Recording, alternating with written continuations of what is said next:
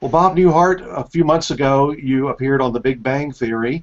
And it was your first appearance on a sitcom in a good while. What about The Big Bang Theory brought you back to TV? Well, actually, it was Chuck Lorre and I have talked over the years about doing something, and we could never quite hit on which show. And so it was this year, actually, earlier this year, January or February, where Chuck said, "Okay, what will it take?" And I said, "Okay, Big Bang Theory," because I think it's extremely well written. I said, I know more and more shows are done without an audience, but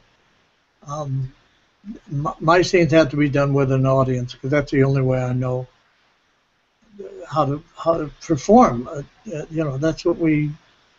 I mean, it started with Lucy and All in the Family and Mary Tyler Moore and our show, and you just always did it in front of a live audience. And it so happens Big Bang Theory is done in front of a live audience. And then the other thing I said, I just would like it to be a recurring role, not just a one-shot. And Chuck said, "You got it," and let me work on a script. And I don't know, maybe a month later, he came up with a Professor Proton script, and I loved it. I loved the idea. I thought it was very funny, very well written, and then we did it, and it was great fun. It was great to be back in harness once again. Did you have a hand in what kind of character it would be? No, not really. No, they really they wrote to my strength of reacting to crazies, which has become the formula I guess I'm known for. And so and I would say that Jim and Kaylee and Johnny, who were the three people I mainly worked with, they really fell on the sword. I mean, they just wanted to make it work, and they were wonderful to work with. And being in front of the audience, what kind of reception did you get?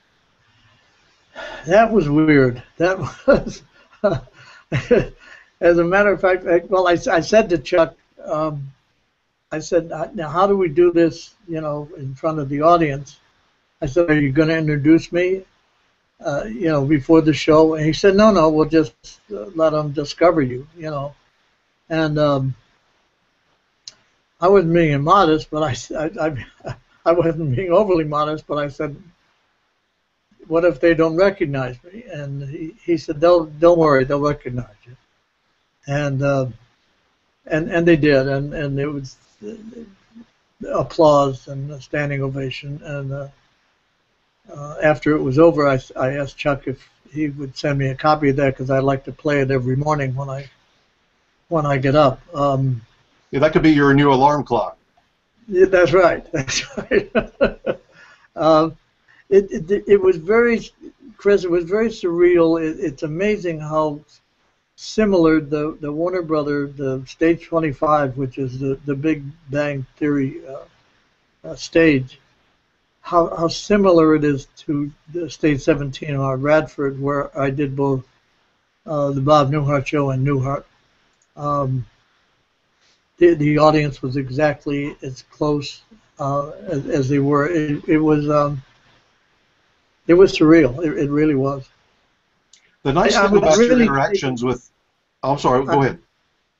I was really taken. At the end of the show, they introduced me and came out, and it was very emotional because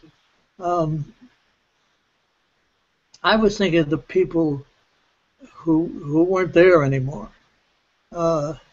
Susie and Tom and Florida Freebus and John Fiedler and so many. That was very emotional. One thing I liked about your interaction with the three characters that you mentioned that you had your scenes with, Sheldon was really the crazy one in that group. and Kaylee was, you kept her reactions to her were how dumb she was, and you and Johnny seemed kind of on the same page in terms of kind of the straight men of that group. Well, that was the writing. That's what I thought. It really was like working to Larry, Daryl, and Daryl, and especially Kaylee. I mean, she really threw herself on the sword because uh, she really played dumb, and she's not dumb at all. So uh, that's why it was so enjoyable. They wanted to, Jim and Johnny and Kaylee, they just wanted to make it work, and it did. Now, of course, you mentioned your big success in the '70s with the Bob Newhart show, and you had the show in the '80s with Newhart, and both of those were shot in front of a live audience like this one. Did you notice any kind of difference at all between your old shows and then the way this one is shot? Not really. That's what was so surreal about it. It was like going back into the '70s and the '80s and the '90s. Uh, it was like nothing had changed. I mean, funny is funny is funny. It's to paraphrase Gertrude Stein, funny is funny is funny. What about the shooting itself? I attended a taping of Friends several years ago before they were off the air, obviously, and it took 10 hours, and I know your shows in the '70s and '80s, you had them on a pretty tight schedule. What was the schedule like here on Big Bang? Very similar, very, very similar. I had a rule coming from nightclubs and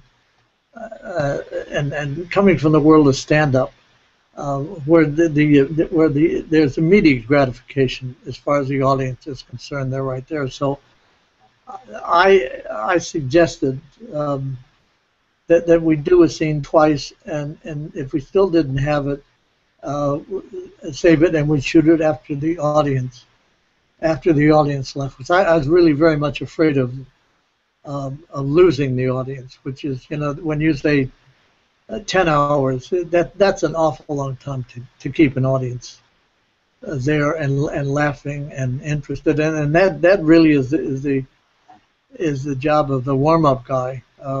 We had Bob Perlow was our warm-up guy, and he just has to keep. Bob went on then to do warm-up for Jay Leno, and their job is just to keep the audience up, and they have games they play, and it's awfully hard. Especially as a stand-up, I was just terribly afraid of losing the audience. So we would do a scene twice. If we still didn't have it, then we'd dismiss the audience and we'd pick it up at the end of the show. We had your old co-star Peter Scolari on with us earlier this summer, and he said that even though the producers of the show would change every couple of years, the set, and he was being complimentary, the set was always a Bob Newhart set. There were a certain way you wanted things run. Yeah, it's power is there if you use it judiciously. If you use it all the time, if you scream and rant and rave, it doesn't work. I remember in the sixth year of the Bob Newhart show, I had always said I didn't want our show to be about kids, just about a couple. And so in the sixth year, which was the final year of the Bob Newhart show, they gave me a script, and it turns out Emily is pregnant. And so they gave me the script that we shot Friday night, and I read it over the weekend, and then I called Mike Zinberg, who was producing our show at that time. And I said, I read the script. He said, what'd you think about it? I said, it's very funny. He said, oh, good. We weren't sure if you were going to like it. I said, yeah, it's very funny. I said, who are you going to get to play Bob? So there was this long silence, and he said, okay, I hear you. That is funny you mentioned that because in both of your shows, the 70s and the 80s, neither one of those couples had kids, even adult kids. You wanted it more about the relationships with the friends and so forth, right? Yeah, exactly. I didn't want it to be a show about Daddy is adult, but we love him, and now the wife and the kids all huddled together, and how do we get Daddy out of this terrible fix he's gotten himself into? And they do, and then the show ends, and they're all gathered around, and we love Daddy, but he isn't really bright, is he? You know, and that wasn't the kind of show I wanted to do. No. Well, your role is nominated for an Emmy Award in the Guest Actor category.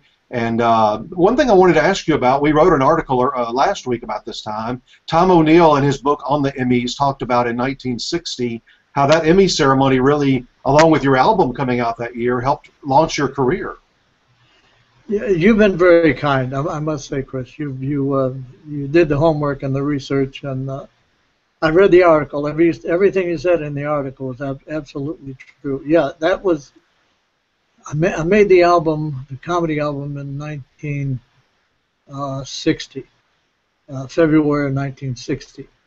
It came out in April, and after a couple of months, it went to #1. And then in '61, I did this variety show on NBC. So yeah, it was just. I was just kind of swept up in the emotion of the time. It was a very good show. I was fine in monologues, but I wasn't really very good in sketches. And really, I preferred. I just wanted to stand up in front of college audiences and performing arts centers and that kind of thing. But the show was very well written. And it got a Peabody Award, as you mentioned, and an Emmy, and a pink slip from NBC, all in the same year. They didn't recognize the quality of it. No, actually, well, they wanted to make some changes. NBC wanted to make some changes, and I just wouldn't go along with the changes. And before that show started, you were on the Emmys. That you had already been asked to be on the Emmys, but then what happened that caused you to have an extra segment? Yeah, I was in. This was like it probably would have been September, I guess, something like that, of 1960, and I was playing a club called Freddy's in Minneapolis. And I got a call from Bob Finkel, who was producing the Emmys, and Steve Allen was the host, and of course he had his usual. He had Tom Poston and Louis Nye and Don Knotts and Pat Harrington, and he had his regular group. And so they asked me if I could come in, and I think they wanted me to do the Khrushchev's landing. I think that was it. I'm not sure about that. So I came in, and Mike and Elaine were also on the show, and they had a skit on shampoo, on a advertisement for shampoo, and it turned out that Clairol was one of the major sponsors of the Emmys, so they asked Mike and Elaine if they could do something rather than the shampoo takeoff, and they said they couldn't, and so Mike and Elaine left, and they came to me and said, "Have you got another one you can do?" And I said, "Well, it doesn't really have much to do with television, which was the theme of the Emmys that year. It's a thing called the Submarine Commander, but I guess we could kind of find some kind of tenuous." So I wound up doing two slugs, and yes, it had a great impetus on the scale of the comedy album. It sure did, and the critics loved your appearance on that year's Emmys. Now, you at the Grammy Awards that follow just a few months later, you did something hardly anybody's ever done, and that is a non-musical album. Your comedy album wins Album of the Year, and you won a couple of other Grammys that year too. And I believe you beat, among others, you beat Frank Sinatra and Nat King Cole. What was the reaction to that? Well, I was so new to the business. I really didn't realize what was going on. I mean, it won Best New Star of the Year.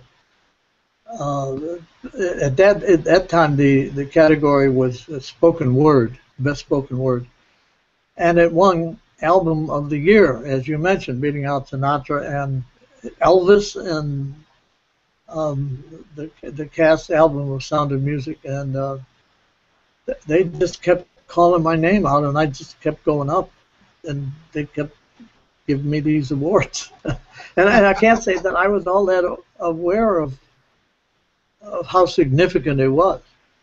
Incidentally, I should mention that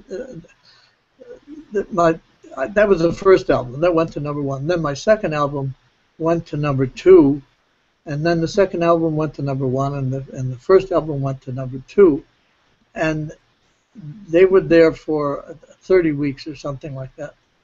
And I had that record until fairly recently, and that record was broken by Guns N' Roses. Oh, okay. #1 and #2 album for more weeks than I had. And I always said, well, at least it went to a friend. And there's the album right there. That's right. That's right. Yeah, you don't hear Guns N' Roses and Bob Newhart in the same sentence too often. No, when I talked to Axe, I just got off the phone with Axe, as a matter of fact. We talk almost every day. That didn't bother Mr. Sinatra, did it? He didn't send any of his guys after you, did he? I don't think Frank was thrilled about being beaten out by a comedy album. Now, your show in the 70s, one of my favorite shows of all time. I still watch it pretty much every night on one of these older channels. And it got 4 Emmy nominations in the 70s, which surprised me it was so few. Suzanne was up for a couple of those. The show was very popular, very successful, but it wasn't so with the Emmys. Well, we kind of lived, I think we kind of lived in the shadow of the Mary Tyler Moore Show, which was extremely well written and extremely well cast. And as a matter of fact, in the 5th year, I went to Bob Wood, who was in charge of entertainment at CBS television, and suggested that maybe they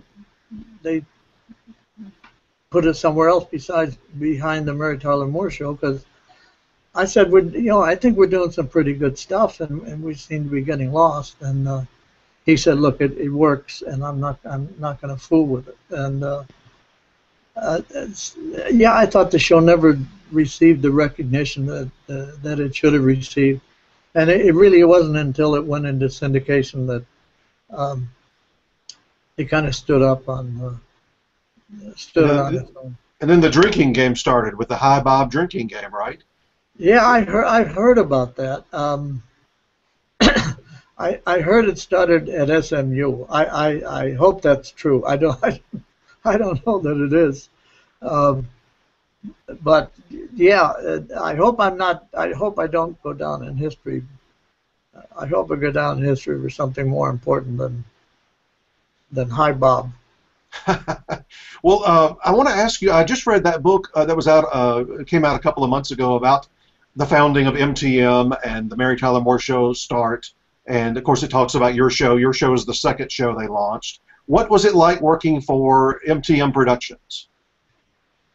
Well, it was just great. It was just there was such a creative atmosphere that we were left entirely, just do what you want, which was true of Mary Tyler Moore Show and Ann Rhoda and the Tony Randall Show, White Shadows, Hill Street Blues.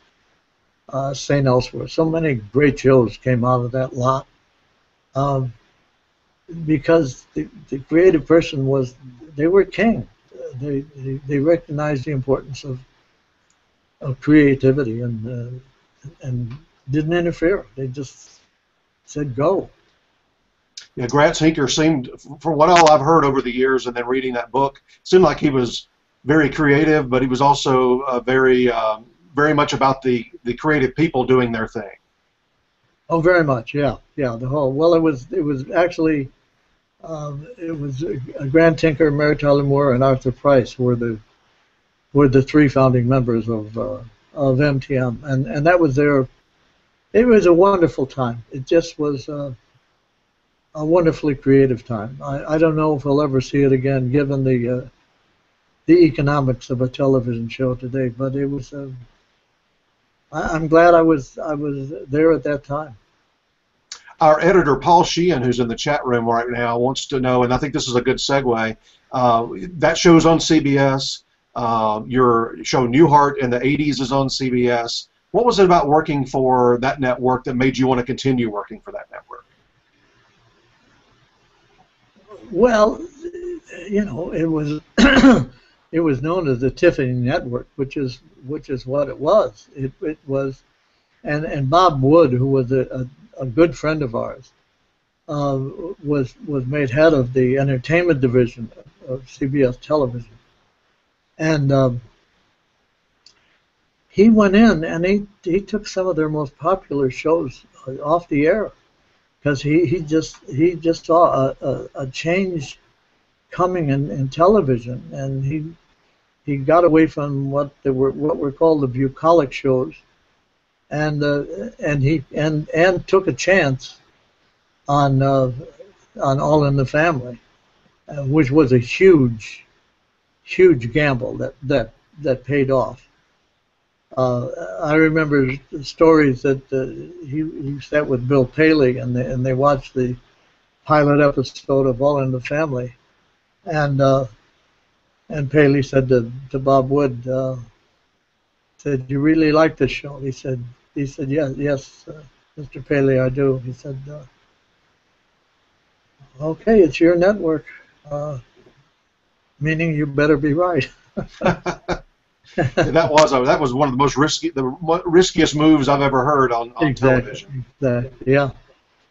Now, on the good news, bad news for Newhart in terms of the Emmys was it got a lot more recognition than Newhart did, than Bob Newhart show. 25 nominations, but and this bugs me to this day, no wins at all for Newhart. Well, it's interesting. I up until this year, this will be the 7th nomination. That's my understanding.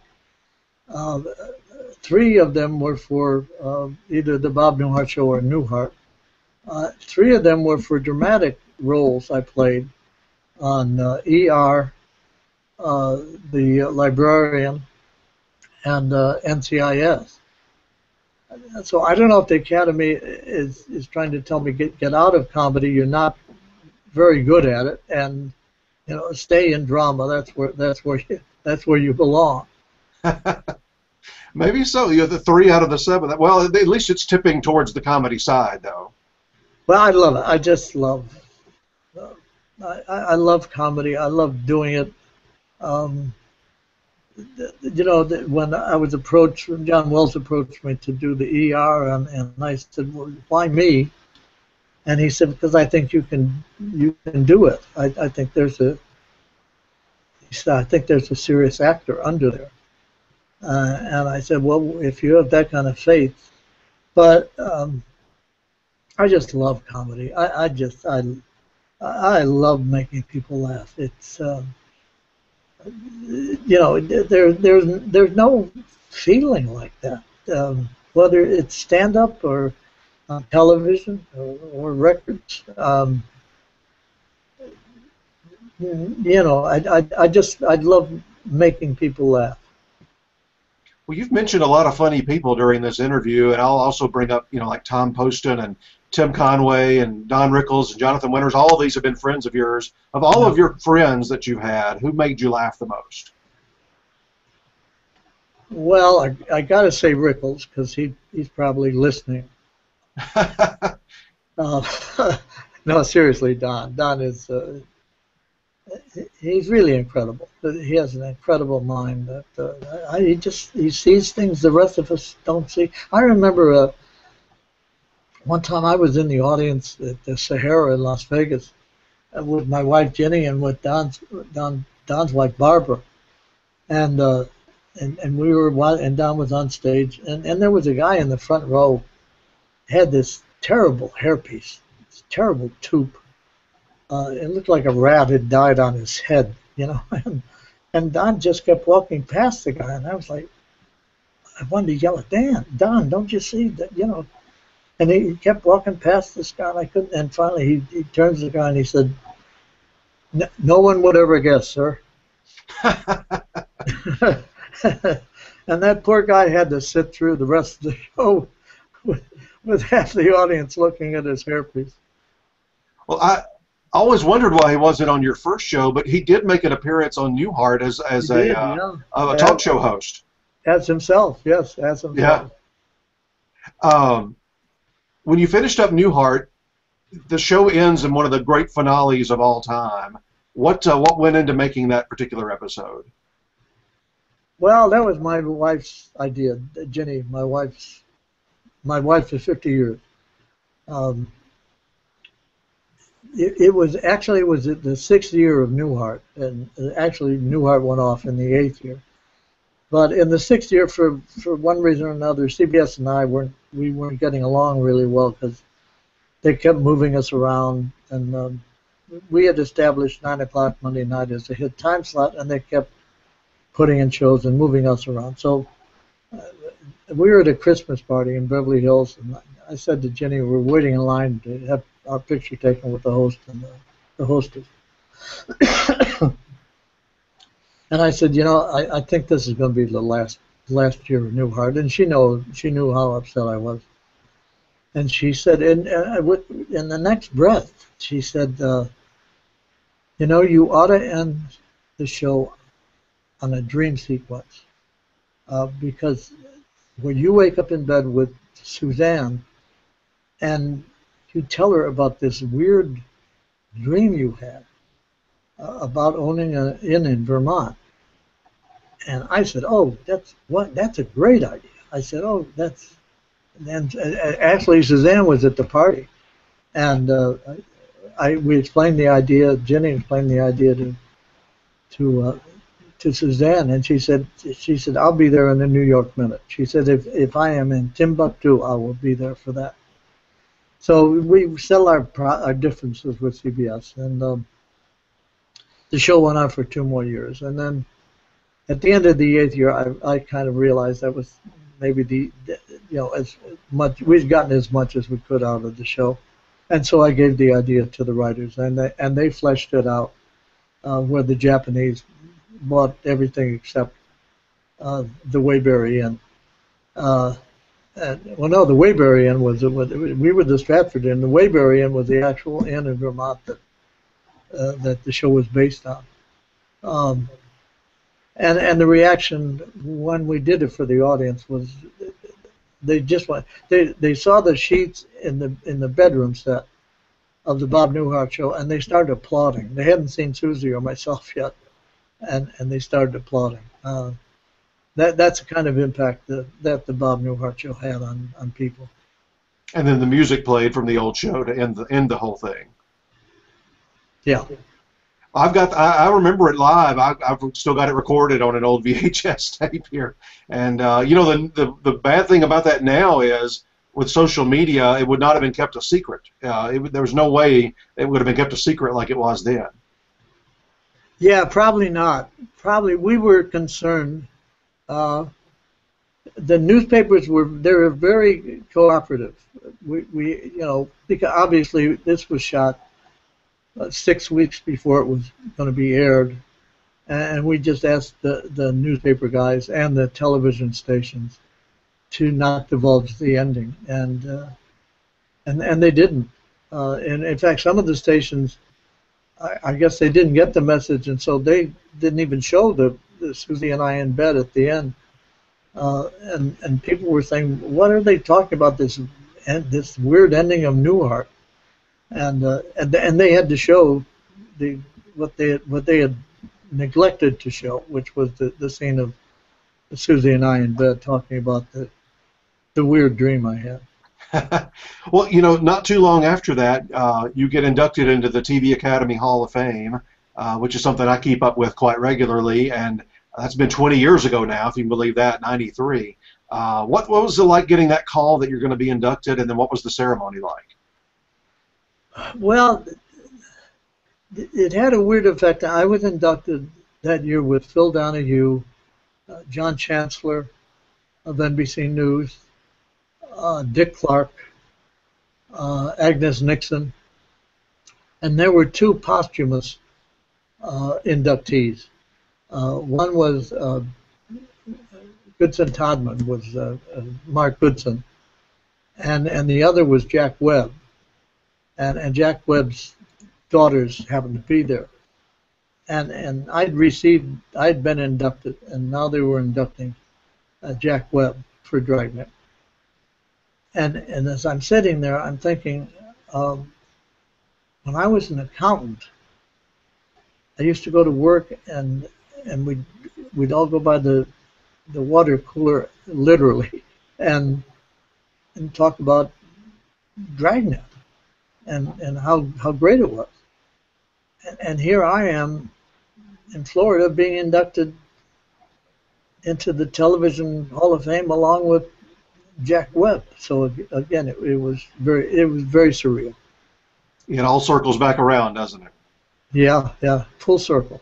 Let's see, 2002 now. One of the, I think the highlights of your awards career is you get from the Kennedy Center the Mark Twain Prize for Comedy, and I think before you it had gone to a couple of people you really admire, which was Jonathan Winters and Richard Pryor. What was that experience like? A whole night devoted to you.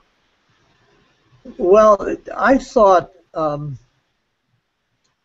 it was extremely appropriate that Richard Pryor received the first Mark Twain Award because I felt, in a way, they did the same thing. I mean, Mark Twain talked about the life on the Mississippi at the turn of the end of the 19th century, and Richard Pryor talked about life in the inner city at the end of the 20th century. So in effect, they both were doing the same thing. And I've always felt Richard was the seminal comedic influence of the past 50 years. I saw you talking about him on the. There was a recent documentary on Showtime, and you were talking about him. Yeah, he was. I mean, you know, you take the language away. Some people have a problem with the language. I don't have any problem with the language. Again, funny is funny is funny. The concepts are just so rich that you can't take the language away. It's indigenous to the material. It can't exist. The material can't exist without the language. And I mean, to me, it transcends comedy. And what was it like for you having that whole evening devoted to you and your career? Well, I had a lot of good friends. Got up and said nice things to me. One of them was Jake Johansson, a young comic that I'd seen at various comedy clubs, not being there, but on television. And I thought he was very funny and very original. And Don Rickles he sent in a thing he couldn't attend. Tim Conway. It was just a wonderful evening. Just a couple of more quick questions, and you have been discovered by a whole new audience of kids and people that are in their teens and college now from your role in with Will Ferrell in Elf. That's right. That's right. What was that movie experience like, and what kind of reaction do you get when kids see you? Well, they don't quite understand how I was Papa Elf because of the way it was shot. It was, it was shot with I forget the technique, but it's something called perspective. And Jon Favreau, who was the director, he wanted actors. He didn't want to use small people.